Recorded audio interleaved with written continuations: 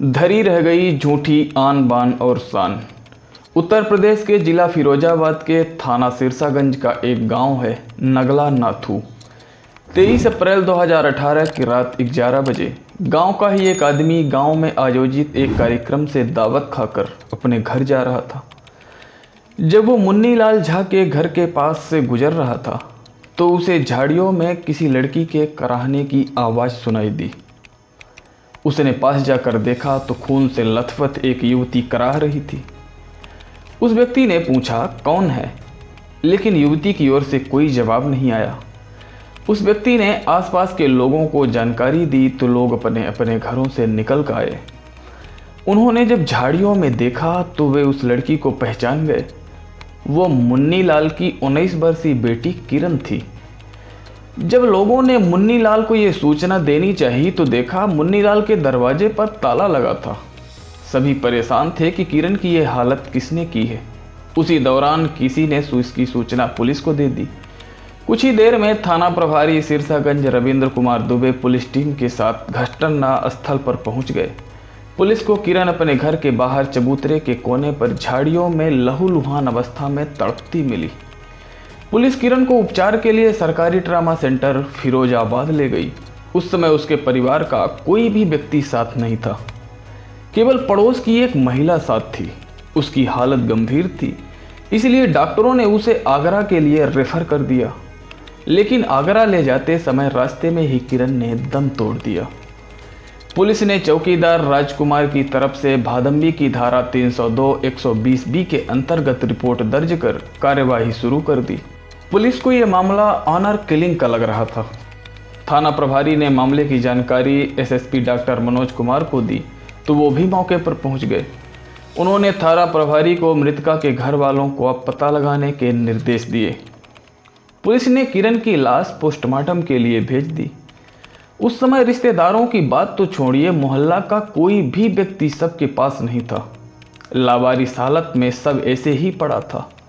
काफ़ी समय बाद मृतका की बड़ी बहन सीमा, जो कि विधवा है, के ससुराल वाले वहां आ गए। पोस्टमार्टम के बाद पुलिस ने सब उनके हवाले कर दिया।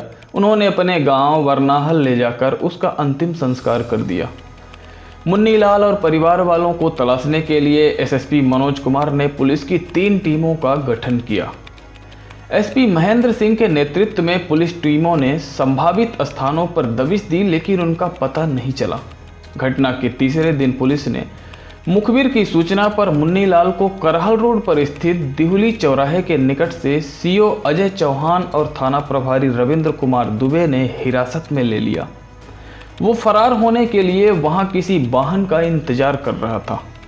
थाने लाकर जब उससे उसकी बेटी किरण की हत्या के बारे में पूछताछ की गई तो उसने कहा कि बेटी ने उसका जीना हराम कर दिया था। ऐसे हालात में उसके सामने ये कदम उठाने के अलावा कोई दूसरा रास्ता नहीं था। अपनी बेटी की हत्या करने की उसने जो कहानी बताई इस प्रकार निकली। गांव नगला नाथ निवासी मुन्नी लाल अहमदाबाद में प्राइवेट नौकरी करता था। उसकी पत्नी की कई साल पहले मौत हो चुकी थी। मुन्नी लाल के 2 बेटियां सीमा व किरण और 3 बेटे गौरव, आकाश व राज थे। बड़े बेटे गौरव की मृत्यु पहले ही हो चुकी थी। उसकी विधवा पत्नी भी ही गांव में ही परिवार के साथ रहती थी। बड़ी बेटी सीमा की शादी जिला मैनपुरी के गांव बरनाल में हो गई थी। जब उसके बेटे बड़े हुए तो वो भी मजदूरी करने लगे। बेटों के काम करने पर घर का खर्चा आसानी से चलने लगा। किरण जब जवान हुई तो उसके घर से कुछ दूर रहने वाले अवनीश से उससे प्यार हो गया। दोनों जब तक एक दूसरे को देख नहीं लेते उन्हें चैन नहीं मिलता था। धीरे धीरे उनका प्यार परवान चढ़ने लगा। वे चोरी छुपे मुलाकात भी करने लगे। हालांकि दोनों की जाति अलग अलग थी, इसके बावजूद उन्होंने शादी करने का फैसला कर लिया था। एक बार किरण ने उससे पूछ भी लिया, अवनीश, वैसे तो मैं जात पात में विश्वास नहीं करती, पर समाज से डर कर तुम मुझे कहीं भूल तो नहीं जाओगे।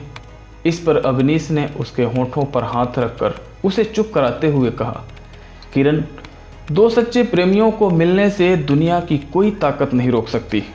हमारे प्यार के बीच चाहे कितने भी व्यवधान आए, मैं वादा करता हूँ कि तुम्हारा हर तरह से साथ दूंगा। मैं जिंदगी भर तुम्हारा साथ नहीं छोड़ूंगा। किरण और अवनीश अपने भावी जीवन के सपने देखते।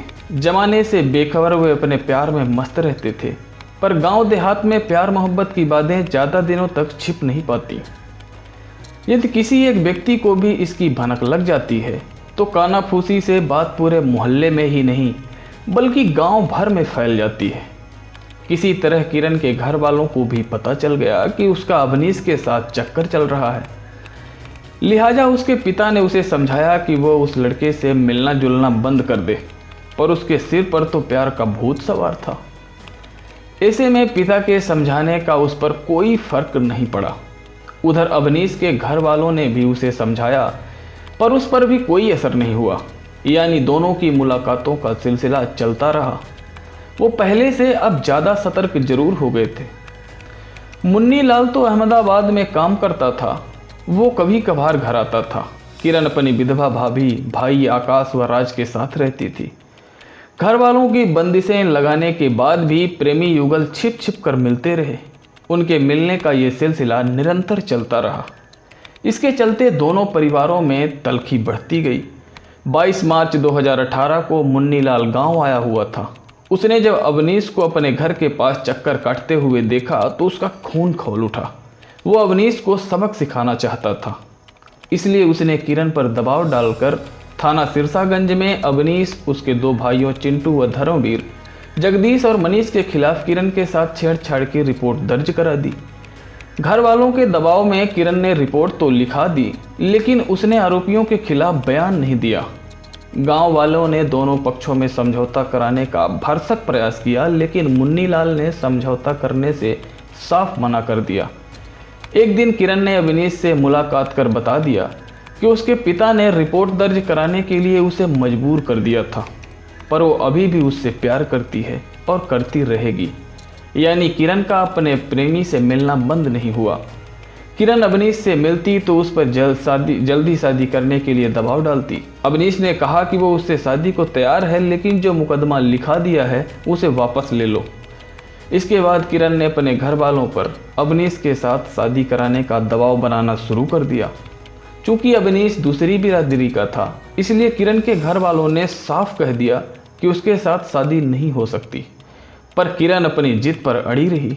उसने साफ कह दिया कि वो छेड़खानी के मुकदमे में अवनीश और उसके भाइयों के खिलाफ गवाही नहीं देगी, और अगर अवनीश के साथ उसकी शादी नहीं की तो अपनी जान दे देगी।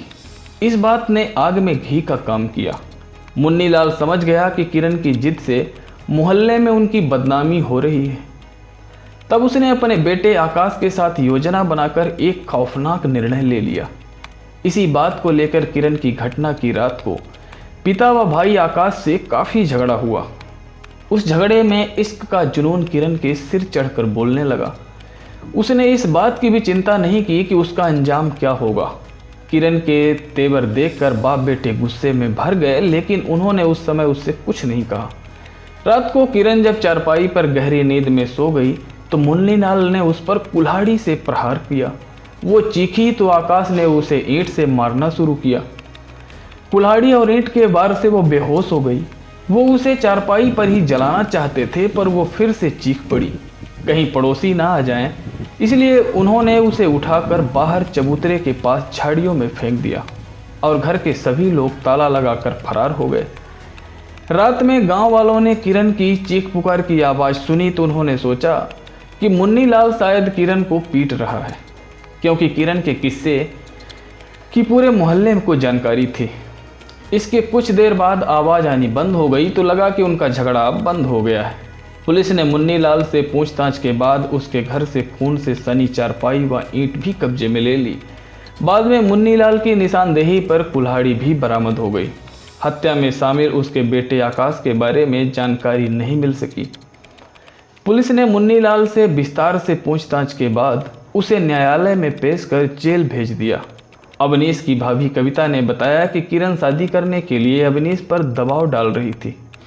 उससे कहा गया कि हम शादी के लिए तैयार हैं, लेकिन पहले मामले में राजीनामा कर लें, लेकिन किरण का पिता राजीनामा नहीं होने दे रहा था। घटना वाले दिन अवनीश के घर वाले राजीनामे के लिए जब किरण को थाने ले जाने लगे तो मुन्नी लाल व उसका बेटा आकाश तैयार नहीं हुए। कविता ने बताया कि घटना वाले दिन मुन्नीलाल दोपहर को यही कोई 12-1 बजे के पटिया पर कुल्हाड़ी पैनी कर रहा था। इसे गांव के कई लोगों ने देखा था। लोग समझे कि लकड़ी काटने के लिए धार लगा रहा है। बहरहाल झूठी शान दिखाने के चक्कर में मुन्नीलाल बेटी के कत्ल के आरोप में जेल चला गया और एक प्रेम कहानी का दर्दनाक अंत हो गया। कथा लिखे जाने तक आकाश को पुलिस गिरफ्तार नहीं कर सकी थी।